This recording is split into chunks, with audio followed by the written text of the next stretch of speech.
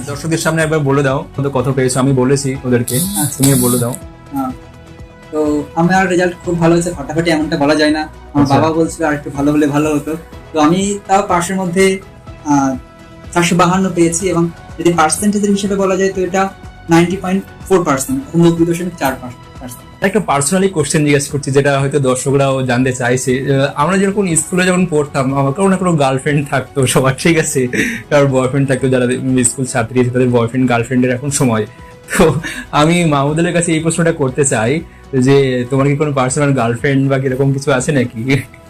না না, personal girlfriend না। এই আমি সাধারণত আমাদের ক্লাসে ম্যাক্সিমাম স্টুডেন্টের সাথে একটু দূরে থাকা হয়। সবাইকে আমি সম্মান করি, বন্ধু হিসেবে অনেক মেনে নিই। এমনকি তাদের ব্যক্তিগত যে দ্বন্দ্ব, তাদের মধ্যে অনেক বন্ধু বান্ধব, নিজেদের মধ্যে অনেক দ্বন্দ্ব আছে, কিন্তু তারপরে ভালো বন্ধু বান্ধবী তারা নিজেরা। তো অনেক বন্ধুদের থেকে আমি দূরে থাকি সাধারণত, অনেক গ্যাং থেকে। যদি আমি তাদেরকে ভালোবাসি, আমি বন্ধু বলে ভিতর থেকে মেনে নিই, ঠিক আছে। এমনকি তাদের পাশের বন্ধু থেকে হয়তো আমি তাকে বেশি পছন্দ করি বা ভালোবাসি, এরকম। আর গার্লফ্রেন্ডের যে ব্যাপারটা, সেটা হচ্ছে না, আমার এখন পর্যন্ত কোনো গার্লফ্রেন্ড হয়নি।